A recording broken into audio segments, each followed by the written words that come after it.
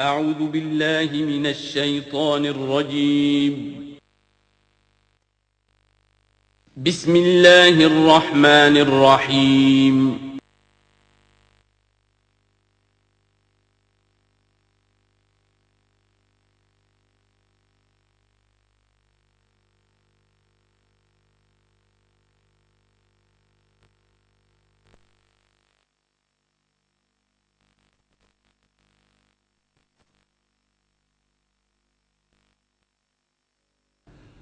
الحمد للہ وکفی والصلاة والسلام علی عبادہ الذین اصطفیٰ خصوصاً علی افضلہم وخاتم النبیین محمد الامین وعلی معین. اما بعد فاعوذ باللہ من الشیطان الرجیم. بسم اللہ الرحمن الرحیم. رب اشرح لي صدري ويسر لي امري واحلل عقدة من لساني يفقهوا قولي. اللهم ربنا انس وحشتنا في قبورنا وارحمنا بالقرآن العظيم. اللهم اجعله لنا إماما ونورا وهدى ورحمة. اللهم ذكرنا منه ما نسينا وعلمنا منه ما جهلنا وارزقنا تلاوته آناء الليل وآناء النهار واجعله لنا حجة يا رب العالمين آمین. کل دو نشستوں میں تعارف قرآن کے ضمن میں جن عنوانات پر گفتگو ہو چکی ہے ان میں سے ایک تشنا رہا قرآن حکیم کی ترتیب اور تقسیم. اس کی تدوین کے بارے میں گفتگو ہماری مکمل ہو چکی تھی کہ قرآن حکیم کی تدوین 3 مراحل میں مکمل ہوئی. اولاً خود حضور صلی اللہ علیہ وسلم نے اللہ تعالی ہی کے حکم سے قرآن مجید کو مرتب کر دیا اور اس مرتب شکل میں امت کو منتقل کیا.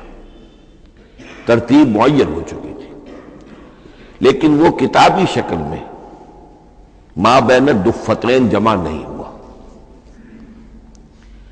اس کے بعد دوسرا مرحلہ آیا حضرت ابوبکر صدیق رضی اللہ تعالی عنہ کے عہد خلافت کے دوران، جب بہت سے حفاظ شہید ہو گئے جنگ یمامہ میں تو تشویش پیدا ہوئی کہ قرآن حکیم کو کتابی شکل کے اندر مرتب بھی کر لیا جائے، جمع کر لیا جائے.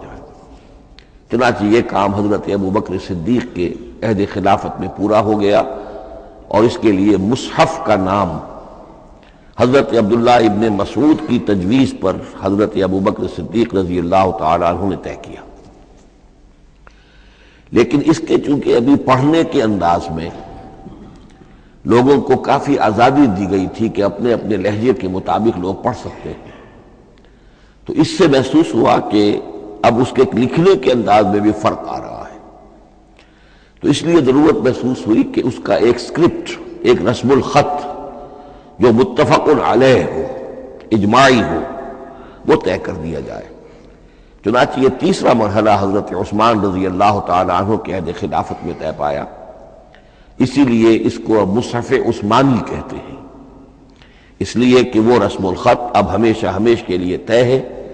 اس کے آفیشل نسخے تیار کیے گئے اور بڑے بڑے شہروں میں جو بھی اس وقت اس مسلمان ممالک تھے ایک ایک نسخہ بھیج دیا گیا اور باقی نسخے جو ہیں وہ تلف کر دیے گئے.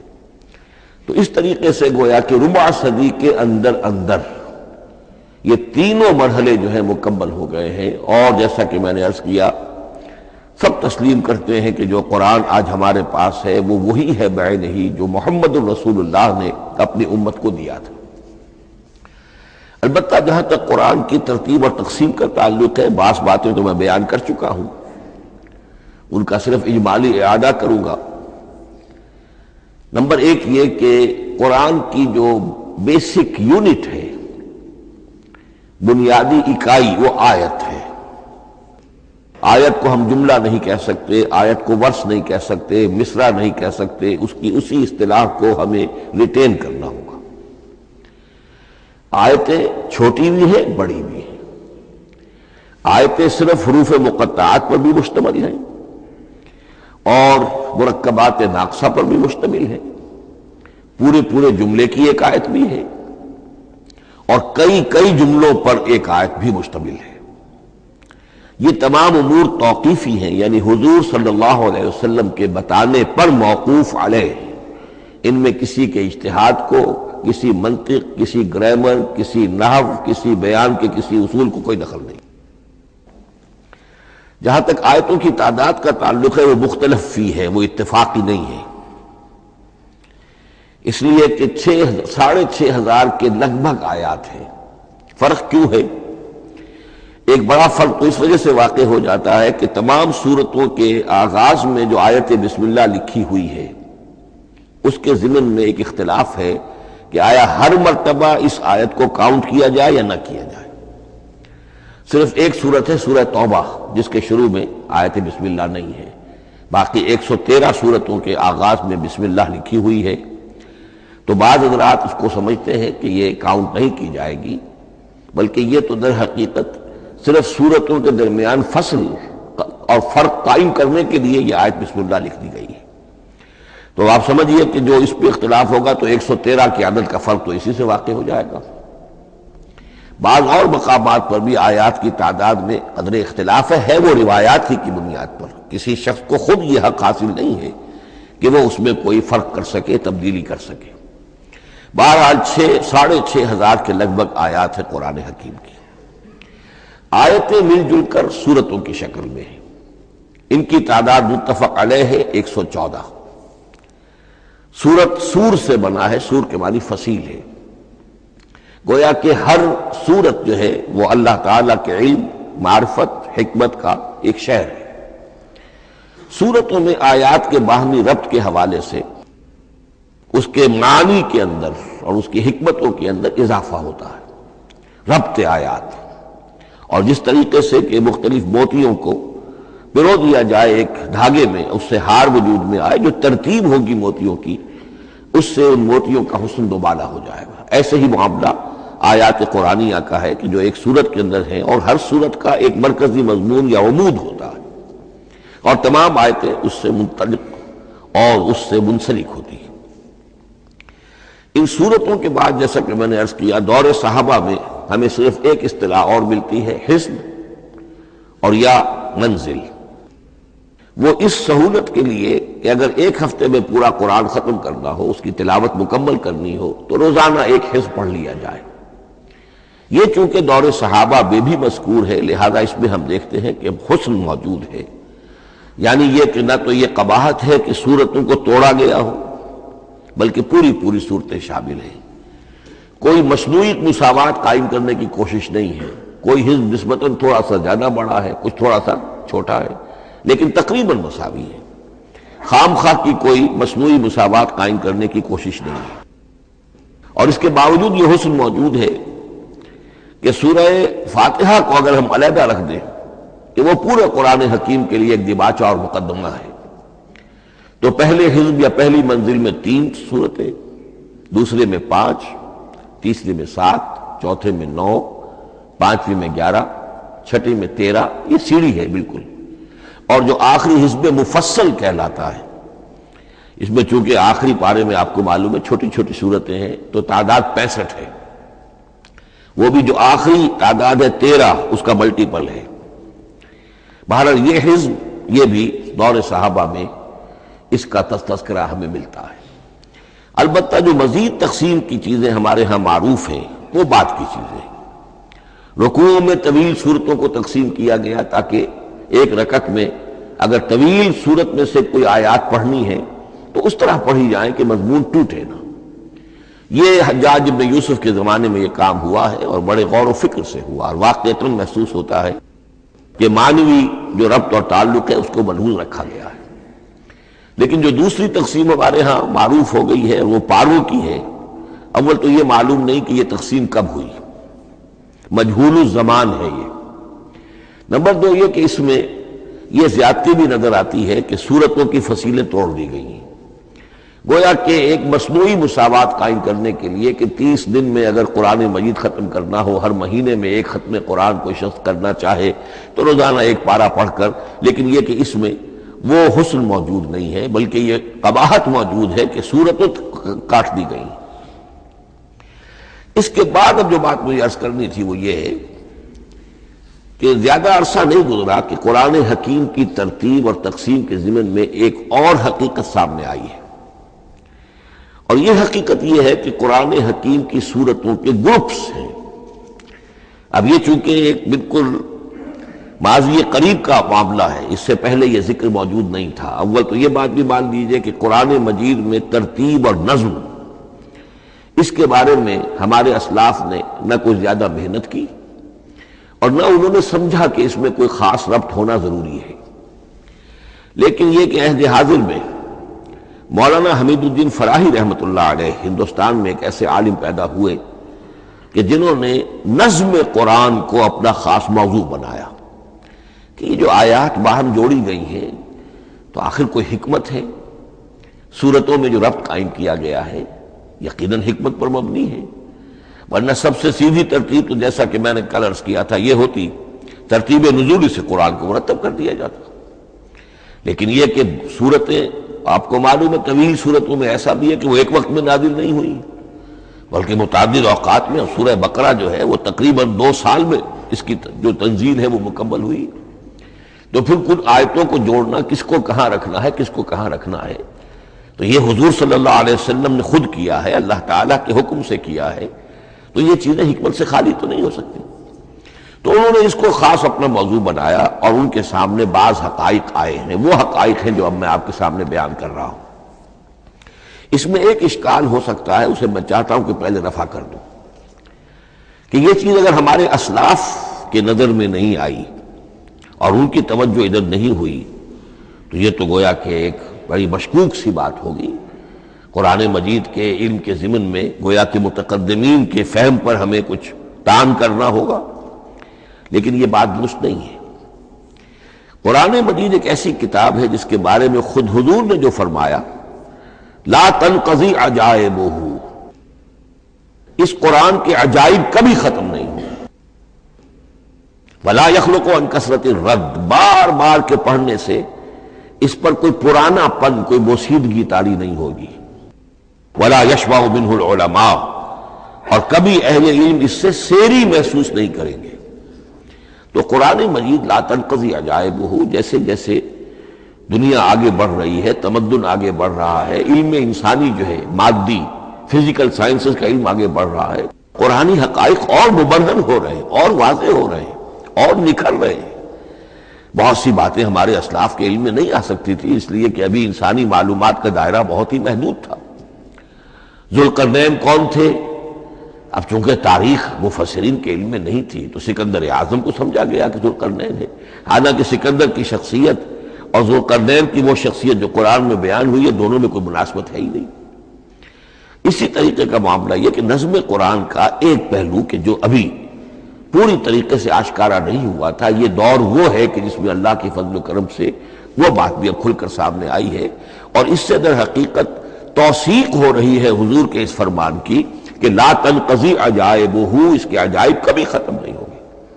انسان محنت کرے گا، کوشش کرے گا، یہ ہیروں کی ایک ایسی کان ہے جس میں سے اور ہیرے نکلتے چلے جائیں گے۔ اس کے ضمن میں ایک بات تو میں نے آپ سے کل عرض کر دی تھی اور آج پھر بھی کہی ہے، سورتوں میں بھی ایک ربط ہے، آیات جو سورتوں کے اندر جوڑی گئی ہیں، پھر سورتیں اکثر اور بیشتر جوڑوں کی شکل میں ہیں۔ اس کے کچھ مثالیں بھی کل میں نے آپ کو دی تھی۔ قرآن مجید کی ایک آیت مبارکہ ہے وَمِن كُلِّ شَيْءٍ خَلَقْنَا زَوْجَيْنِ لَعَلَّكُمْ تَعْقِلُونَ یا لَعَلَّكُمْ تَذَكَّرُونَ، مجھے پوری طرح یاد نہیں ہے۔ ہم نے ہر شے کو جوڑوں کی شکل میں پیدا کیا، اگرچہ اس کو چونکہ قرآن مخلوق نہیں ہے ہم اس پر اس کا اطلاق نہیں کریں گے، لیکن من کل شیء خلقنا زوجین، اس میں اس قدر کیٹیگوریکل سٹیٹمنٹ ہے کہ معلوم ہوتا ہے کہ یہ اصول اتنا اللہ تعالیٰ کے ہاں اتنا پسندیدہ ہے کہ قرآن مجید کی صورتوں میں بھی یہ صورتوں کے بھی جوڑوں کی شکل میں ہونا یہ بہت ہی اظہر من الشمس ہے۔ بعض جگہوں پر تو اظہر من الشمس ہے، بعض جگہوں پر ذرا تدبر کر کے بات معلوم ہوتی ہے۔ البتہ کہیں کہیں آپ کو نظر آئے گا کچھ منفرد صورتیں بھی ہیں، اور ان میں سے بعض یا جب دوران ترجمہ یہ چیزیں آئیں گی تو اب میں صرف اس وقت حوالہ دے سکوں گا، بڑی تیزی سے ہمیں چلنا ہوگا، اس وقت میں چاہتا ہوں کہ ذہن میں یہ حقائق بیٹھ جائیں۔ بعض جگہوں پر آپ دیکھیں گے تین صورتوں کے گروپ ہیں، ان میں سے دو کے مابین تو نسبت زوجیت کامل ہے، بلکہ یہ سمجھ لیجئے نسبت زوجیت کہتے کس کو ہے؟ دو چیزیں مل کر کسی مقصد کی تکمیل کریں، ان دونوں میں ایسی نسبت ہونی چاہیے ریسیپروکل کہ وہ ایک دوسرے کی تکمیل کے لیے اور کسی مقصد کے حصول کے لیے ان کے مابین ایک تعلق قائم ہو، یہ زوجیت ہے۔ اسی طریقے سے قرآن مجید میں جب صورتیں آتی ہیں جوڑوں کی شکل میں تو کسی مضمون کا ایک رخ وہ ایک صورت میں آ جائے گا، اس کا دوسرا رخ دوسری صورت میں آ جائے گا، اور دونوں مل کر جسے ہم کہتے ہیں تصویر کے دونوں رخ، وہ رخ مکمل ہو جائیں گے، بات پوری ہو جائے گی۔ البتہ بعض جگہوں پر ہے کہ تین صورتوں کے سب گروپس ہیں۔ میں اس معاملے میں گروپ کا لفظ ریٹین کر رہا ہوں اس لیے کہ قدیم تو یہ تصور تھا نہیں، جدید اصطلاح ہے، تو اس میں چونکہ اب بہت سے الفاظ انگریزی زبان کے اب اردو میں آ گئے ہیں کہ اس کی جگہ کوئی اور بہت ہی کوئی کوشش کر کے لفظ لایا جائے تو وہ شاید زیادہ عام فہم نہیں ہوگا یا عام فہم ہے۔ تو گروپس اور سب گروپس، چھوٹے گروپ بڑے گروپ، تو یہ چھوٹے گروپ جو ہے تین صورتوں کے، ان میں سے دو کے مابین تو نسبت زوجیت بتمام و کمال ہوگی اور تیسرے کی حیثیت ضمیمے کی ہوگی۔ اس کی مثالیں بعد میں آئیں گی۔ البتہ یہ جو ضمیمے ہوتے ہیں خود ان کے یا جو دوسری منفرد صورتیں ہیں خود ان میں آپ کو فصل کے ساتھ نسبت زوجیت مل جائے گی۔ اس سے آگے چلیے، اب اصل ہے وہ شے جس کو میں آج چاہتا ہوں بیان کرنا۔ قرآن حکیم کی صورتوں کی ایک گروپنگ اس اعتبار سے سامنے آئی، کچھ صورتیں مکی پھر مدنی پھر مکی پھر مدنی پھر مکی پھر مدنی پھر مکی پھر مدنی، ایسا کیوں ہے؟ بڑی قابل غور بات ہے، اس میں کوئی حکمت ہے؟ اور عجیب بات یہ سامنے آئی، اس اعتبار سے بھی قرآن کے 7 گروپ بنتے ہیں، ہر گروپ میں ایک یا ایک سے زائد مکی صورت اور پھر ایک یا ایک سے زائد مدنی صورتیں، ایک گروپ پورا ہو گیا۔ دوسرے گروپ میں پھر ایک یا ایک سے زائد مکی صورت، پھر ایک یا ایک سے زائد مدنی صورتیں، وہ پھر گروپ مکمل ہو گیا۔ یہ گروپ بھی قرآن حکیم میں 7 ہے۔ یہ گروپ جو ہے قرات کے لیے نہیں ہے، یہ گروپ جو ہے معنوی تقسیم ہے، غور و فکر کے اعتبار سے، کہ ہر گروپ کا ایک عمود ہے، ایک مرکزی مضمون ہے، اور جس طریقے سے صورتیں دو مل کر ایک مضمون کی تکمیل کرتی ہیں، اسی طرح ہر گروپ کی مکی اور مدنی صورتیں مل کر ایک بڑے مضمون کی تکمیل کرتی ہیں۔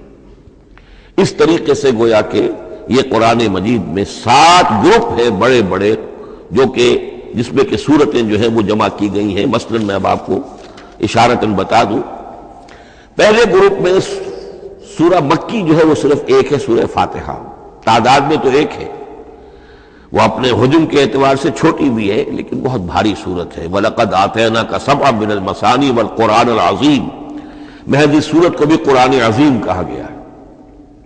لیکن ایک صورت مکی سورہ فاتحہ، پھر 4 طویل ترین صورتیں مدنی، بقرہ، آل عمران، نساء، مائدہ۔ دوسرے گروپ میں 2 صورتیں مکی، 2 مدنی، الانعام، الاعراف مکیات، الانفال، التوبہ مدنیات۔ تیسرا گروپ چلتا ہے، 14 صورتیں مسلسل چلی جا رہی ہیں مکی، سورہ یونس سے، سورہ یونس، سورہ ہود، سورہ یوسف، سورہ رعد، سورہ ابراہیم، چلتے جائیے، سورہ حجر، سورہ نحل، سورہ بنی اسرائیل، سورہ کہف، سورہ مریم، سورہ طٰہٰ، سورہ انبیاء، سورہ حج اور سورہ مومنون، 14 صورتیں۔ اب آئی ایک مدنی صورت، سورہ نور، یہ تیسرا گروپ مکمل ہو گیا۔ چوتھے گروپ میں بھی یہی بات آپ کو نظر آئے گی، الفرقان سے سورہ سجدہ تک 8 صورتیں مکی ہیں، اور پھر ایک صورت آتی ہے سورۃ الاحزاب، وہ مدنی ہے۔ اب یہ جو ایک ایک صورتیں آئی ہیں، سورہ نور اور سورہ احزاب، ہر شخص کو اندازہ ہو جائے گا یہ آپس میں جوڑے کی شکل رکھتی ہیں، ان کے مضامین بہت ایک دوسرے سے مشابہ ہیں، بہت مشابہ ہیں۔ لیکن یہ کہ وہ اس طریقے کا جوڑا نہیں ہے کہ اسی گروپ میں ان کا جوڑا موجود ہو، اس کا جوڑا جو ہے وہ دوسرے گروپ میں ہے۔ پھر آئیے پانچواں گروپ ہے سورہ سبا سے احقاف تک، یہ 13 صورتیں مکی ہیں، اور پھر سورہ محمد صلی اللہ علیہ وسلم سے سورۃ الحجرات تک 3 صورتیں مدنی ہیں، یہ کل 16 صورتیں ہیں۔ چھٹے گروپ میں سورہ قاف سے سورہ واقعہ تک 7 صورتیں یہ مکی ہے، اور سورہ حدید سے سورہ طلاق تک 10 صورتیں مدنی ہیں، یہ 17 صورتیں ہیں۔ آخری جو ہے وہ سورۃ الملک سے سورۃ الاخلاص تک 46 صورتیں، اور سورہ معوذتین جو ہے یہ 2 ہے کہ جو مدنی ہے۔ بعض کا اس میں اختلاف ہے، وہ میں بعد میں عرض کروں گا، لیکن جو میری رائے ہے وہ میں آپ کے سامنے رکھ رہا ہوں۔ اس طریقے سے یہ 7 گروپ جو ہے قرآن مجید میں سورتوں کے وجود میں آئے۔ ہر گروپ کا ایک مرکزی مضمون ہے۔ مثلا پہلے گروپ کا مرکزی مضمون شریعت ہے۔ سورہ فاتحہ میں اہدنا الصراط المستقیم، اے اللہ ہمیں سیدھا راہ دکھا، سیدھے راستے کی ہدایت بخش۔ اب وہ سیدھا راستہ کیا ہے؟ شریعت خداوندی، شریعت الہی، اور شریعت مکمل ہو جاتی ہے ان 4 صورتوں میں۔ شریعت محمدی کا جو بلو پرنٹ ہے، ابتدائی خاکہ جو ہے وہ آپ کو سورہ بقرہ میں ملے گا، اور اس کی جو تکمیلی صورتیں ہیں، تکمیلی احکام ہے، وہ سورہ مائدہ۔ اس کے علاوہ اس گروپ میں جو زیادہ زور ہے وہ سابقہ امت مسلمہ سے گفت و شنید۔ سابقہ امت مسلمہ میں یہودی اور نصارہ دونوں شامل ہیں۔ اب ان پر جرح بھی ہے، ان پر تنقید بھی ہے، ان کو ملامت بھی ہے، ان کو ان کی قرارداد جرم ان کے خلاف جو ہے وہ بھی دی گئی ہے، اور پھر یہ کہ ان کو معزول کر کے اور نئی امت کو اس مقام پر نصب کرنے کا اعلان ہے، اور ان کو بڑی زوردار دعوت ہے کہ اب محمد پر ایمان لاؤ اور قرآن پر ایمان لاؤ صلی اللہ علیہ وسلم۔ یہ پہلا گروپ ہے۔ اسی طریقے سے ہر گروپ کا، اب یہ ساتھ ساتھ جب ہم چلیں گے تو میں تفصیل کے ساتھ بیان کرتا جاؤں گا کہ اس گروپ کا یہ مرکزی مضمون ہے، اور اس طور سے یہ صورتیں آپس میں ایک دوسرے کے ساتھ مربوط ہیں۔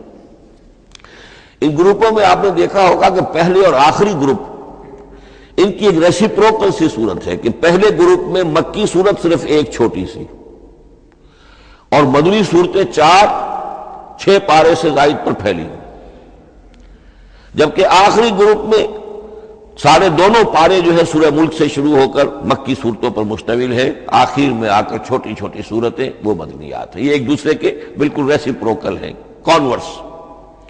لیکن دوسرا گروپ ادھر سے اور دوسرا ادھر سے، یعنی چھٹا، یہ بڑے متوازن ہیں۔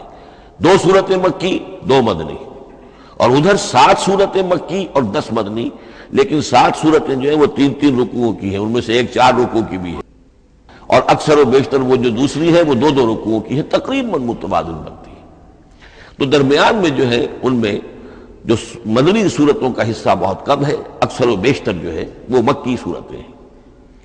ان مکی صورتوں کے اندر بھی جو 6 گروپ تقریباً بنتے ہیں، اس لیے کہ پہلی گروپ کے اندر تو مکی صورت صرف سورہ فاتحہ ہے، تو ان میں سے پہلے 2 گروپوں میں رسالت کا مضمون مرکزی مضمون ہے، درمیانی 2 گروپوں میں توحید کا مضمون مرکزی مضمون ہے، آخری 2 گروپوں میں انذار آخرت کا مضمون مرکزی مضمون ہے۔ آخری صورتیں آپ کو معلوم ہے سورہ قاف سے شروع ہو کر تو پھر یہ انذار آخرت جو ہے ان سب کا مرکزی مضمون ہے۔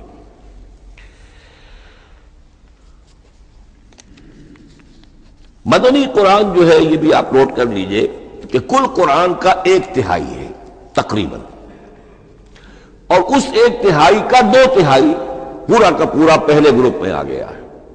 سورہ بقرہ، سورہ آل عمران، سورہ نساء، سورہ مائدہ۔ باقی تو پھر جا کے سورہ احزاب، سورہ نساء، پھر 3 چھوٹی صورتیں، پھر آخر میں 2 بہت چھوٹی چھوٹی صورتیں، سورہ انفال اور سورہ توبہ۔ لیکن یہ کہ یہ 2/3 جو ہے مدنی قرآن کا حجم بالکل پہلے ہی اس گروپ کے اندر آ گیا ہے۔ اس کی بھی حکمت ہے، کیوں مدنی صورتوں کو پہلے رکھا گیا؟ میرے علم میں نہیں ہے کہ اس موضوع پر کسی شخص نے گفتگو کی ہو سوائے محمد مارمڈیوک پکتھال کے۔ میرے علم کی حد تک ہو سکتا ہے کہ کسی اور مفسر نے، کسی محقق نے کوئی بات کہی ہو اس سے بھی زیادہ وزنی کہی ہو، لیکن میرے علم کی حد تک مارمڈیوک پکتھال نے اپنے جو ترجمہ کیا ہے انگریزی میں، اس کے دیباچے میں اس موضوع پر گفتگو کی ہے، بڑی بہت ہی عمدہ بات کہی ہے۔ انہوں نے کہا کہ جب یہ قرآن نازل ہو رہا تھا تو اصل اہمیت ایمان کی تھی، پہلے لوگ ایمان لائیں اور پھر جو ایمان لائے ان کو پھر احکام دیے گئے کہ یہ کرو اور یہ نہ کرو، یہ حلال ہے، یہ حرام ہے، یہ فرض ہے، وغیرہ وغیرہ۔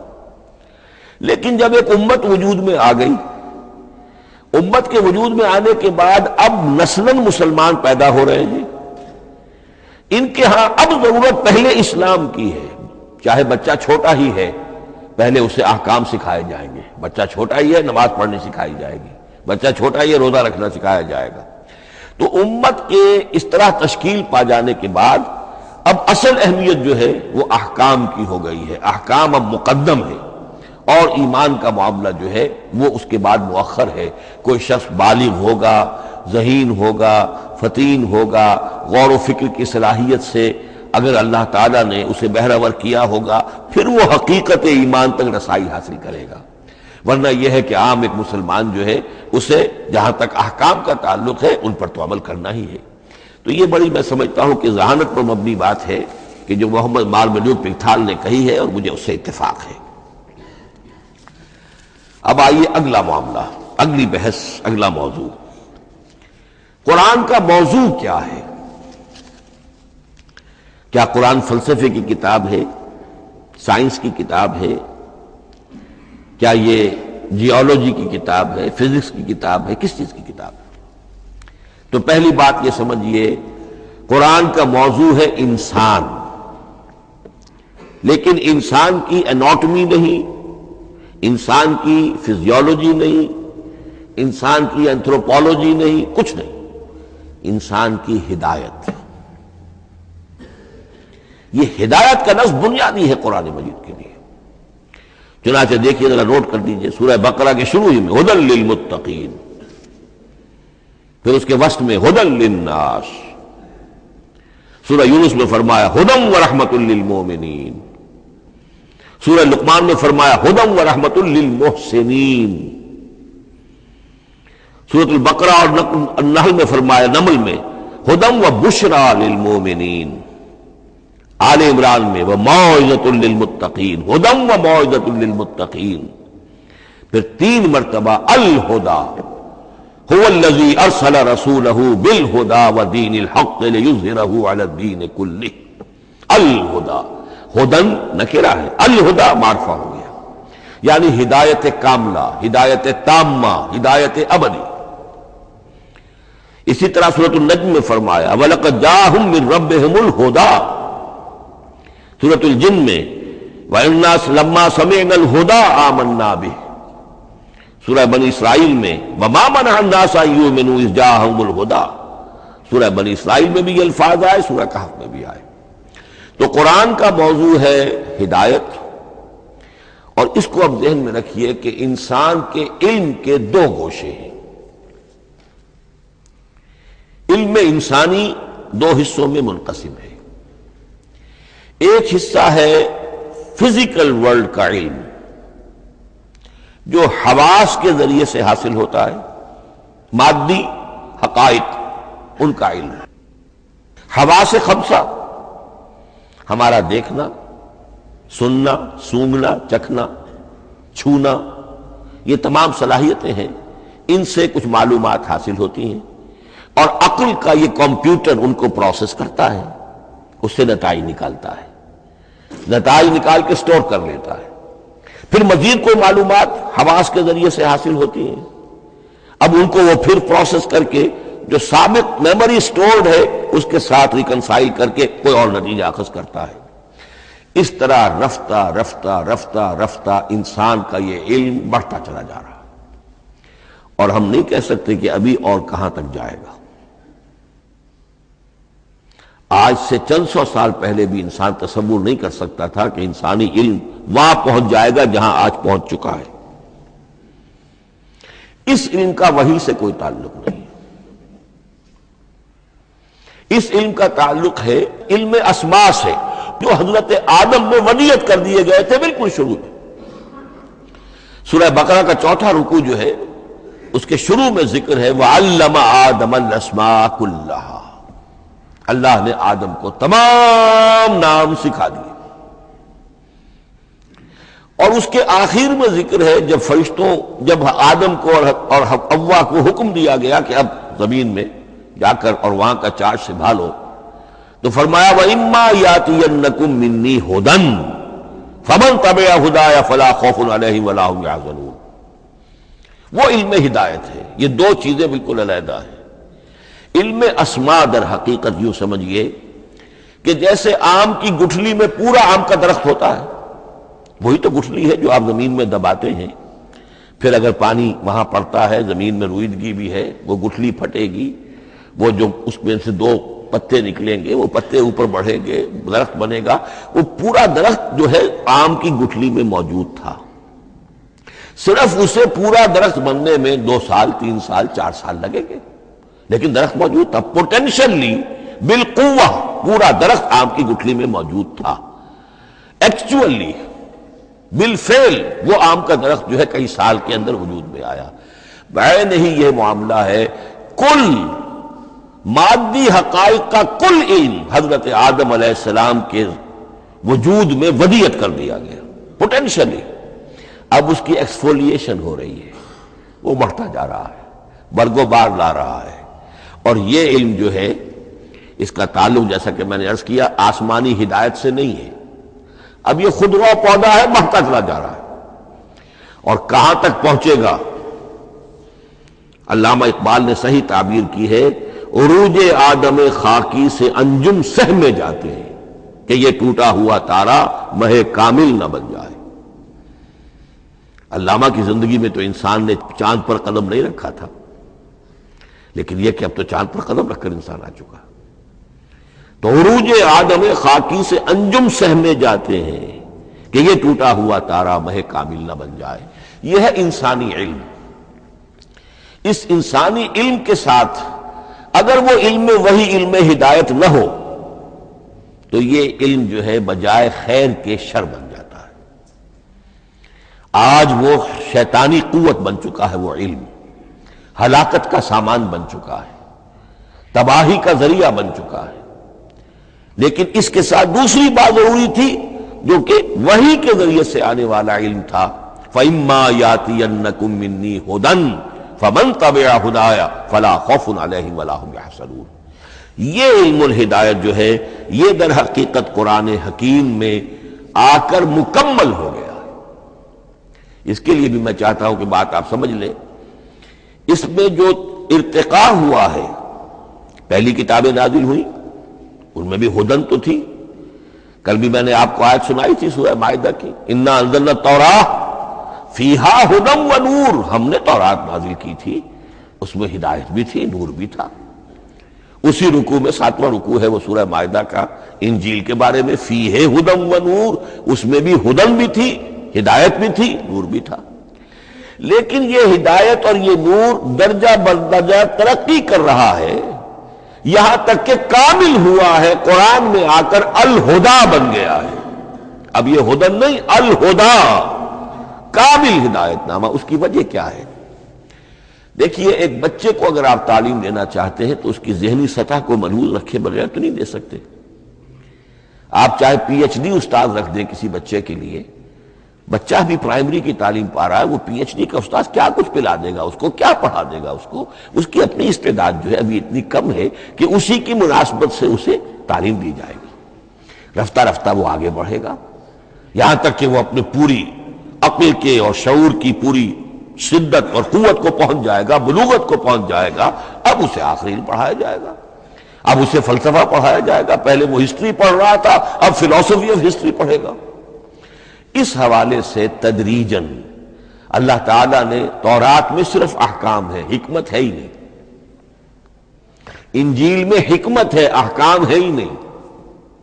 دونوں مل کر ایک بات کو مکمل کرتی ہیں. تورات میں صرف احکام ہے، حکمت ہے ہی نہیں.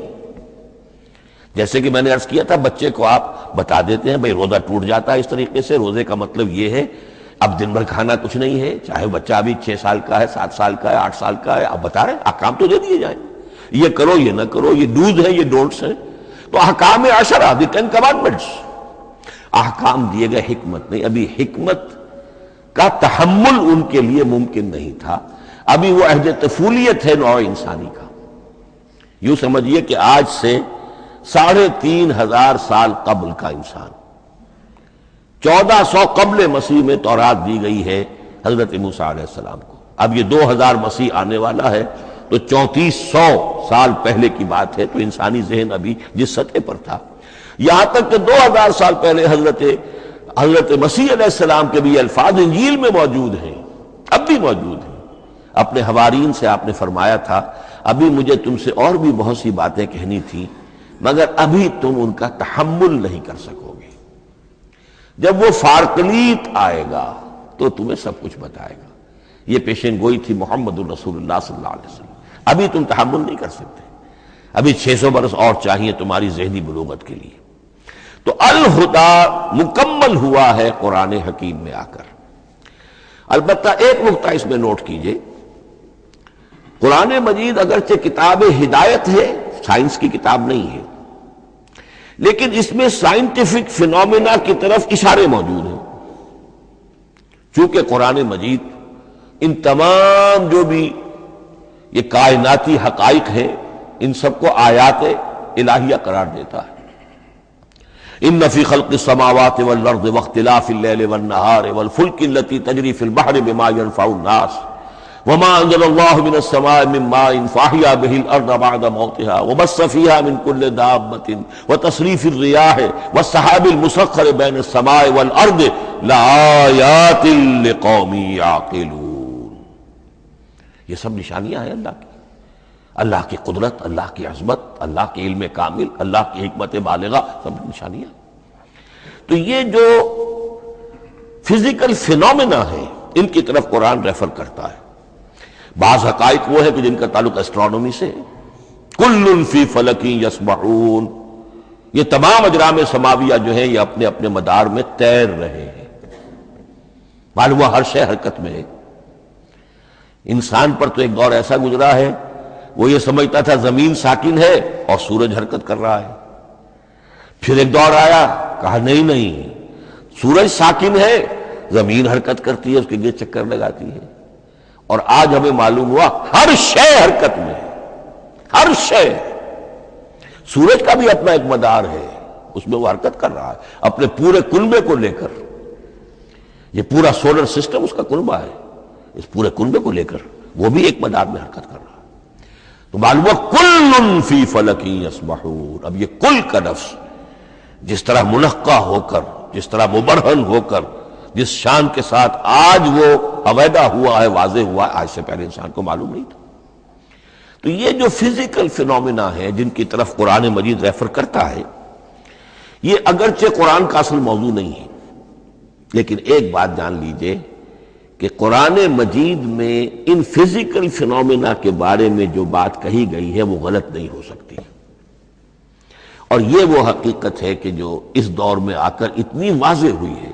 آپ نے نام سنا ہوگا ڈاکٹر مورس بکائی کا، یہ فرانسیسی سرجن تھے، انہوں نے مطالعہ کیا، کمپیریٹو اسٹڈی کی قرآن بائبل دونوں کی، بائبل سے مراد اولڈ ٹیسٹمنٹ نیو ٹیسٹمنٹ دونوں، اور وہ اس نتیجے پر پہنچا کہ پورے قرآن میں کوئی ایک لفظ ایسا نہیں ہے جسے ہماری ساری سائنسی انکشافات میں سے کسی نے غلط ثابت کیا، جبکہ تورات میں بے شمار چیزیں ایسی ہیں کہ سائنس انہیں غلط ثابت کر چکی ہے۔ The science, the Quran and the Bible. اب یہ بات بڑی اہم ہے، اس کو بڑی خوبصورت انداز میں ڈاکٹر رفیع الدین مرحوم نے کہا ہے کہ یہ کائنات اللہ کا فعل ہے، عمل ہے، اس کی تخلیق ہے، اس کی تدبیر ہے، اور قرآن اللہ کا قول ہے۔ قول و عمل میں تضاد ممکن نہیں، عام انسان کے قول و عمل میں تضاد ممکن نہیں، اللہ کے قول و فعل میں اور قول و عمل میں تضاد ہو سکتا ہے۔ ہاں یہ ہو سکتا ہے کہ ایک دور میں انسانوں نے بات سمجھی نہ ہو، ان کا ذہن وہاں تک پہنچا نہ ہو، ان کی معلومات کا دائرہ ابھی اس حد تک ہو کہ ان حقائق تک نہ پہنچا ہو، لیکن جیسے جیسے وقت آئے گا مزید حقائق منکشف ہوں گے اور یہ بات اور زیادہ سے زیادہ واضح سے واضح تر ہوتی چلی جائے گی کہ جو کچھ قرآن میں لکھا ہے وہی برحق ہے۔ ہاں، آج سے پہلے انسانی ذہن اس حد تک رسائی حاصل کرنے کا اہل نہیں تھا، اور یہ ہے در حقیقت آیت قرآن حکیم کی۔ یہ سورہ حامیم السجدہ کی لاسٹ بٹ 1 آیت ہے، سَنُرِيهِمْ آیاتنا فِي الْآفَاقِ وَفِي أَنفُسِهِمْ حَتَّى يَتَبَيَّنَ لَهُمْ أَنَّهُ الْحَقُّ۔ ہم انہیں دکھاتے چلے جائیں گے اپنی نشانیاں، آفاق میں بھی انفس میں بھی۔ سَنُرِيهِمْ آیاتنا فِي الْآفَاقِ وَفِي أَنفُسِهِمْ حَتَّى يَتَبَيَّنَ لَهُمْ، یہاں تک کہ یہ بات پوری طرح نکھر کر مبرہر ہو کر ان کے سامنے واضح ہو جائے گی، انہ الحق، کہ قرآن حق ہے۔ اور اسی کی حقیقت جو ہے، جیسا کہ میں نے عرض کیا، ایک تو مورس بکائی کو ذہن میں رکھیے، اور ایک اور شخص کینیڈا میں ایک بہت بڑا ڈاکٹر ہے کہ جو ایمبریولوجسٹ ہے، اور اس کی جو ٹیکسٹ بکس ہے جو ایمبریولوجی پر، علم جنین، یعنی رحم مادر میں جو بچے کی پرورش ہوتی ہے کیسی ہوتی ہے، کن کن سٹیجز سے گزر کر ہوتی ہے، یہ علم جنین یا ایمبریولوجی، تو سٹینڈرڈ ٹیکسٹ بک ہے دنیا میں اس کی، ڈاکٹر کیتھل مور کی۔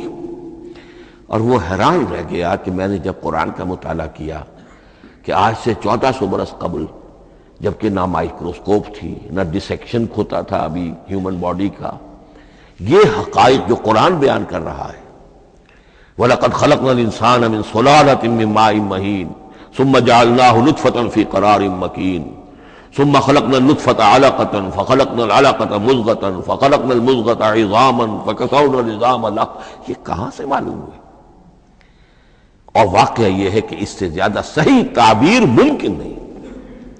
تو یہ حقائق ذہن میں رکھیے کہ اگرچہ قرآن مجید سائنس کی کتاب نہیں ہے، لیکن جن سائنسی حقائق یا جن سائنسی فینومینا کی طرف قرآن نے ریفر کیا ہے وہ یقیناً حق ہے، چاہے تاحال ہم ان کی حقانیت کو نہ سمجھ پائیں۔ مثلا آج بھی مجھے نہیں معلوم کہ قرآن جو 7 آسمان کہتا ہے تو 7 آسمان سے کیا مراد، مجھے نہیں معلوم، لیکن مجھے یقین ہے کہ ایک وقت آئے گا تو انسان سمجھے گا کہ ٹھیک ٹھیک یہ الفاظ جو ہیں 7 آسمان، یہ منطبق ہوتے ہیں اس حقیقت پر جو آج ہمارے علم میں آئی ہے، پہلے نہیں آئی تھی۔ البتہ ایک اور نقطہ جو بہت اہم ہے عملی اعتبار سے، میں نے اسی لیے یہ ساری تمہید کی ہے کہ قرآن سائنس کی کتاب نہیں ہے، نہ سائنس کی ہے نہ ٹیکنالوجی کی ہے۔ اس حوالے سے ایک بڑا منطقی نتیجہ نکلتا ہے، اور وہ یہ ہے کہ اگر ہمارے اسلاف نے قرآن کی ان آیات کا کوئی خاص مفہوم معین کیا اپنے دور کی معلومات کی سطح پر، ہمارے لیے لازم نہیں ہے کہ ہم اس کی پیروی کریں۔ سائنسی فینومینا کو جو سائنسی ترقی ہو رہی ہے اس کے حوالے سے سمجھیں گے۔ یہاں تک کہ اب آخری بات عرض کر رہا ہوں، خود حضور کا فرمان بھی اس میں قطعی نہیں ہوگا۔ یہ بات بہت ثقیل اور گراں گزرے گی بہت سے لوگوں پر۔ سائنس اور ٹیکنالوجی میں اگر حضور کی کوئی حدیث بھی سامنے آ جائے تو اس کو بھی ہم کوئی دلیل قطعی نہیں سمجھیں گے۔ اس کی وجہ کیا ہے؟ ایک واقعہ بہت اہم ہوا حضور کی زندگی میں۔ حضور جب ہجرت فرما کر تشریف لائے مدینہ منورہ، تو آپ کو معلوم ہے کہ حضور کی پیدائش مکے کی، ساری زندگی آپ نے وہاں گزاری۔ وہ وادی غیر ذی زرع ہے، وہاں کوئی پیداوار، کوئی زراعت، کوئی کاشت ہوتی نہیں تھی، آپ کو کوئی تجربہ سرے سے نہیں تھا۔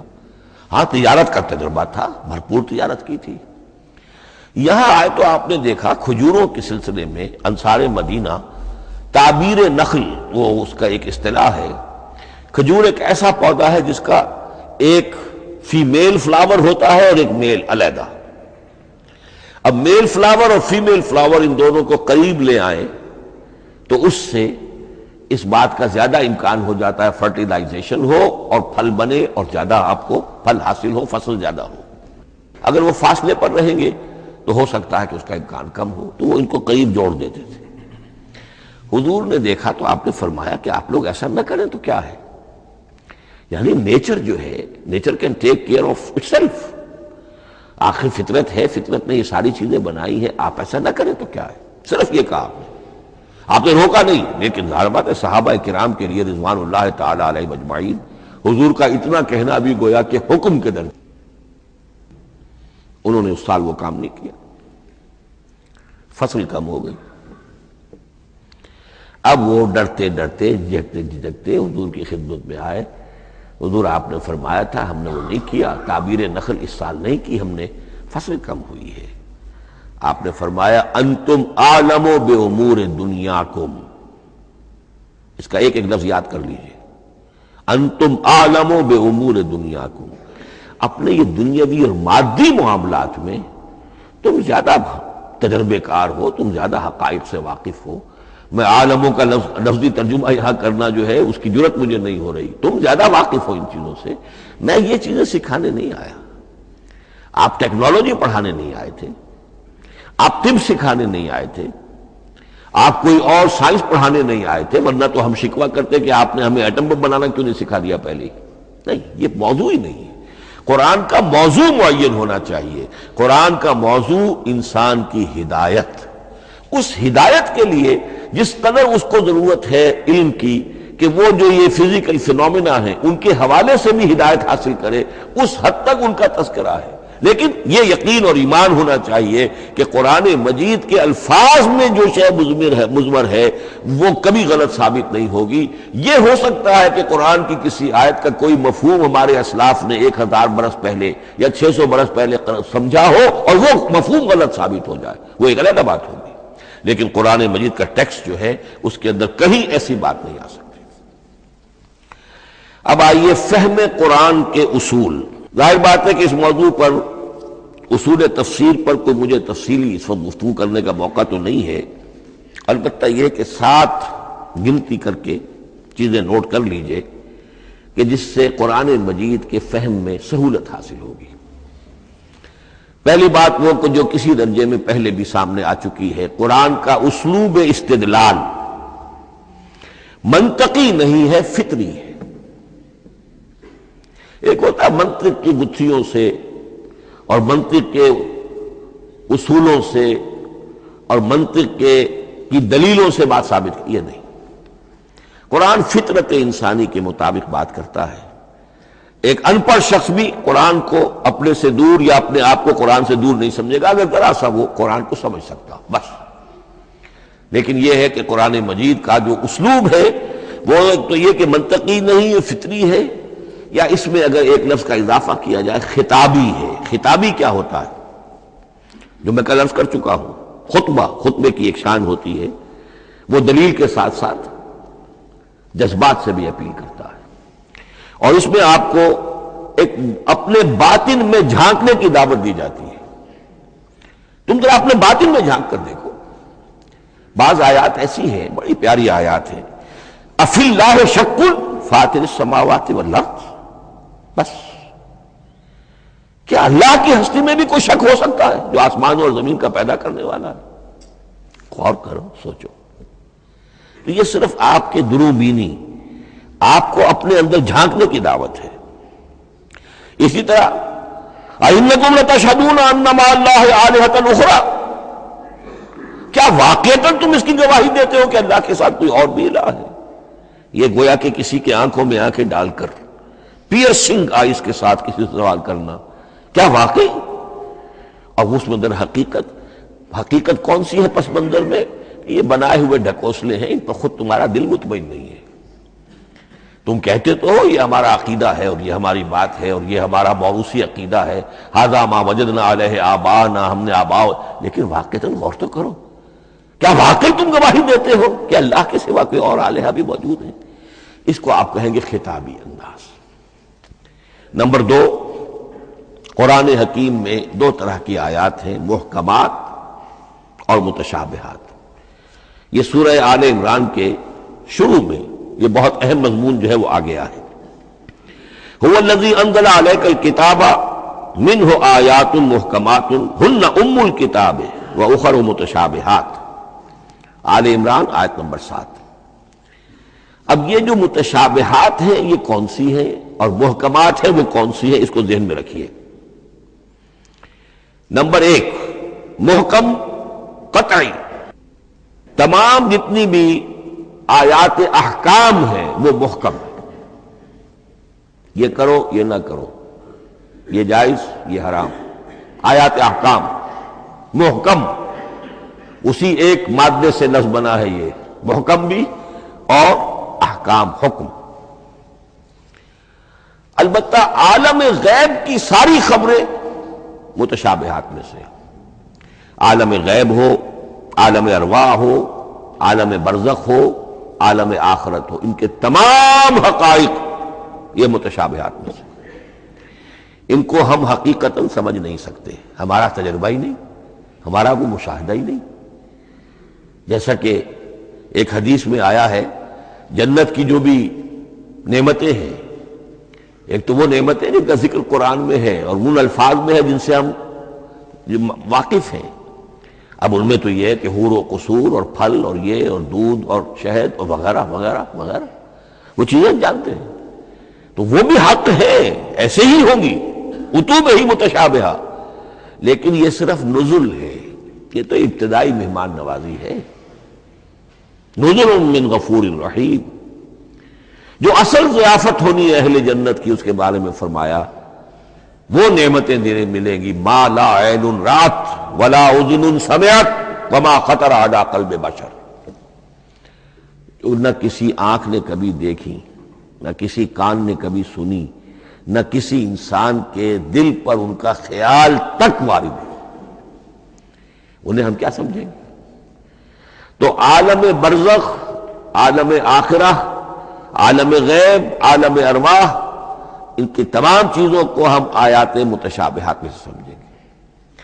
البتہ یہ جو سائنٹیفک فینومینا والی باتیں ہیں مادی علوم کی، ان میں یہ ہے کہ متشابہ اور محکم ہونے کا معاملہ بدلتا چلا جا رہا ہے۔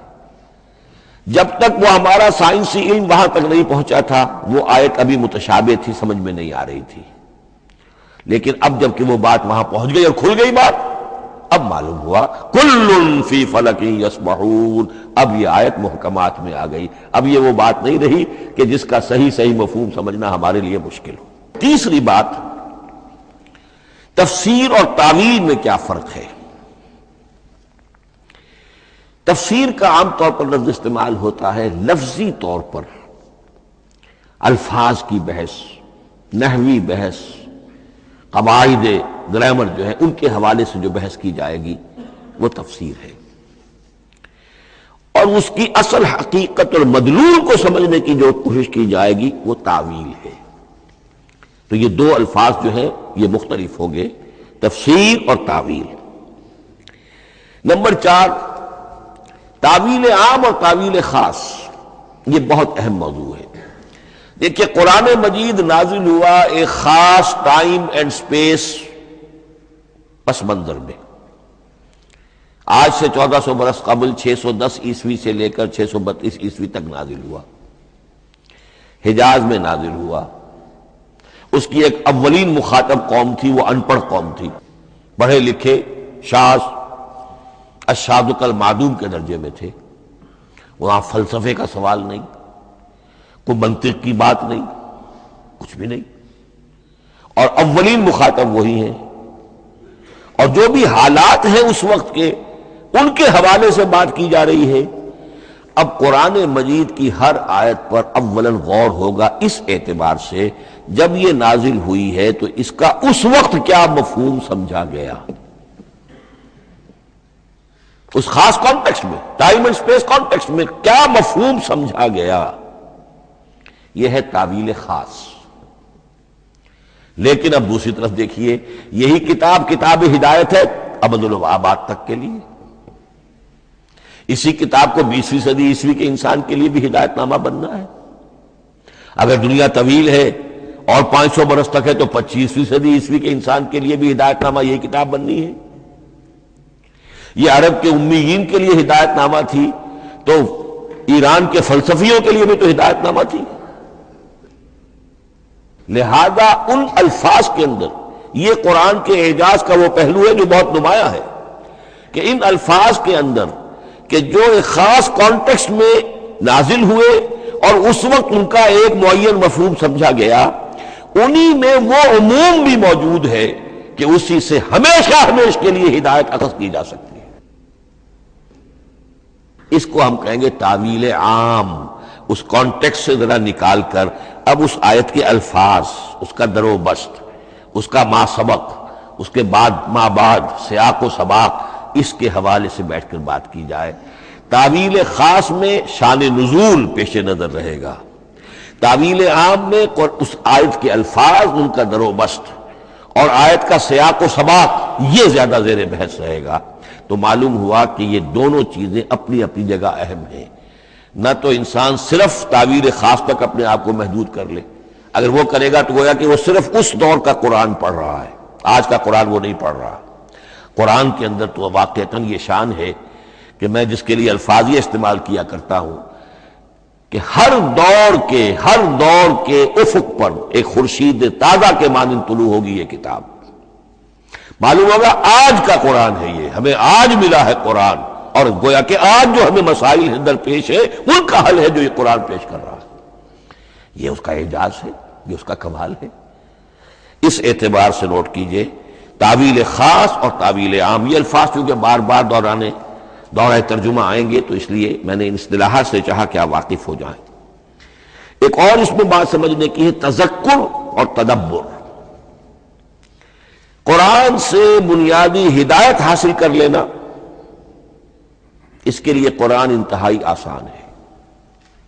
وَلَقَدْ يَسَّرْنَا الْقُرْآنَ لِلذِّكْرِ فَهَلْ مِن مُدَّكِرٍ۔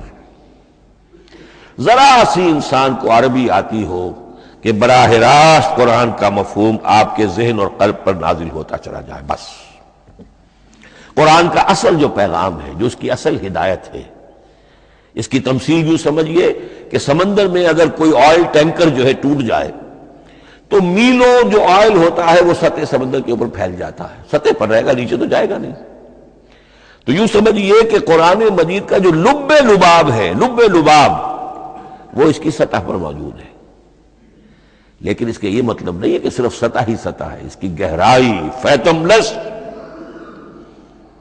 اس کی گہرائی وہ ہے کہ جس کی کوئی حد نہیں۔ اب اس کے لیے تعمق، گہرائی میں غوطہ تو نہیں کرنا، قرآن میں ہو غوطہ زن اے مرد مسلمان، اس کے اعتبار سے یہ دنیا کی مشکل ترین کتاب، اچھی طرح سمجھ لیجیے، اس کی تہ تک پہنچنا ممکن ہی نہیں۔ غلطی سے ہم کبھی کبھی کسی شخص کی مدح کرتے ہوئے کہہ دیتے ہیں فلاں شخص کو قرآن پر بڑا عبور حاصل ہے۔